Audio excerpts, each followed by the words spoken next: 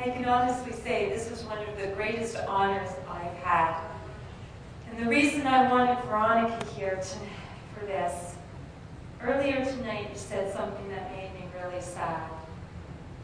You said you felt alone. And I look out and I see this incredible people who have come because of what you have done. I see these children who have just put on a marvelous show because of you. The last thing you are is alone.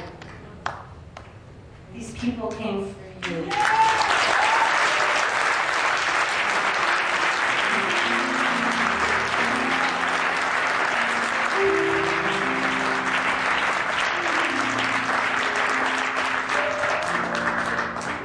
I met this wonderful lady last year. I was speaking at an event, and it's just what you said.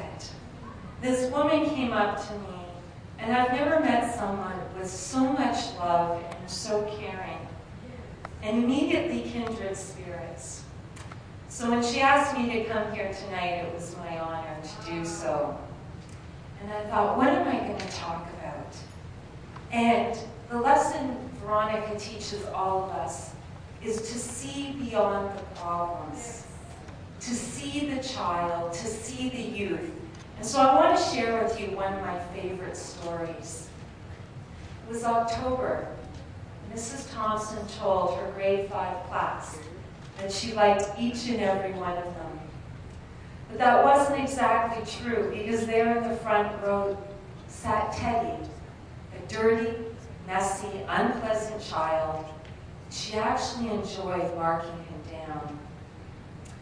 But thankfully, it was Mrs. Thompson's job to review each child's record. And in doing so, she learned of his superior record. In grade 1, his teacher wrote, "He is an excellent student and a joy to be around." In grade 2, his teacher wrote, "He's well liked, but he's starting to have difficulty as his mother has a terminal illness." And in grade 3, his mother's death has been hard on him, and his father takes no interest. Immediately she understood and was ashamed. That Christmas, all the other children laughed when Teddy gave Mrs. Thompson a broken rhinestone bracelet and a bottle only half filled with perfume. Immediately, Mrs. Thompson understood. She put on the bracelet, she dabbed on the perfume. And that day, Teddy waited after school by the door in order to tell Mrs. Thompson that she smelled just like his mother. That day, Mrs. Thompson stopped teaching children. She learned to see each child, what makes them sparkle, what makes them special. And Mrs. Thompson, Teddy wrote to her through high school, university, and even medical school. And always with the same message: "You're the best teacher I ever had. You're the person who believed in me. And you're the person who told me I could make a difference." When his father passed away, it was Mrs. Thompson that he had stand up for him at his wedding. And with tears in her eyes, she thanked him for teaching her how to see the child, to see the teenager, and to see the teenager, not the teenager in trouble. You know, all these years later, Bob Dylan's words, blowing in the wind, are still apropos.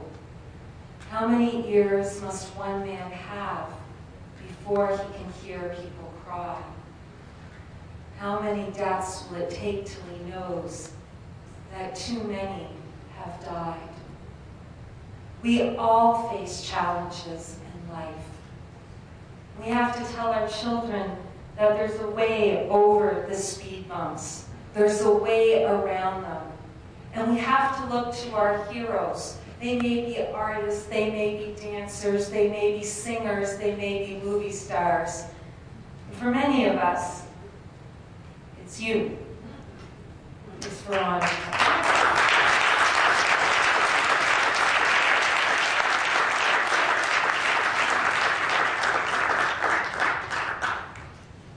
I'll tell you one more story.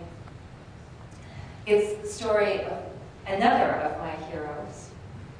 Her name was Wilma Rudolph, and she was born the 20th of 22 children in the American South. She was born to a very poor family, and as a child she overcame pneumonia, polio, and scarlet fever. But polio left her legs damaged. She walked with braces and crutches.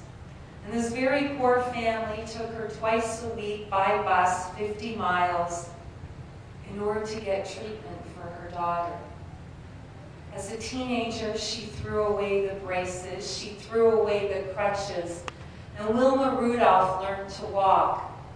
And then she learned to run, and she went on to win bronze and Olympic gold medals in sprinting.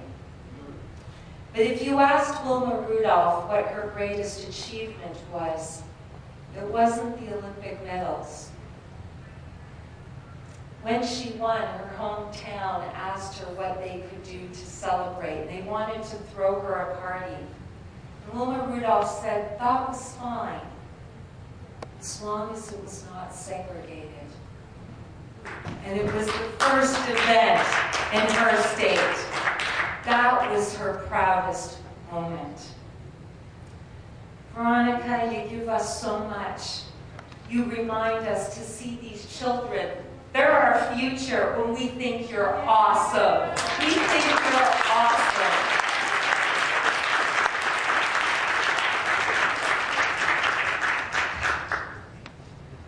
When you leave tonight, I have some challenges for you. The first one is to see the child. The second one is to get involved. And I know many of you are. But get involved in the sports clubs. Get involved with summer camps. Get involved with Veronica's camp. And the other way we can help, if you see a child going down a darker path, have the courage to intervene. Have the courage to intervene. I want to thank you for everything that you do for us. I want you to look out and see the lives you change. And look into their faces and know the difference you make. Thank you from, she's waving at them. You have to see that. Thank you from all of us. We love you.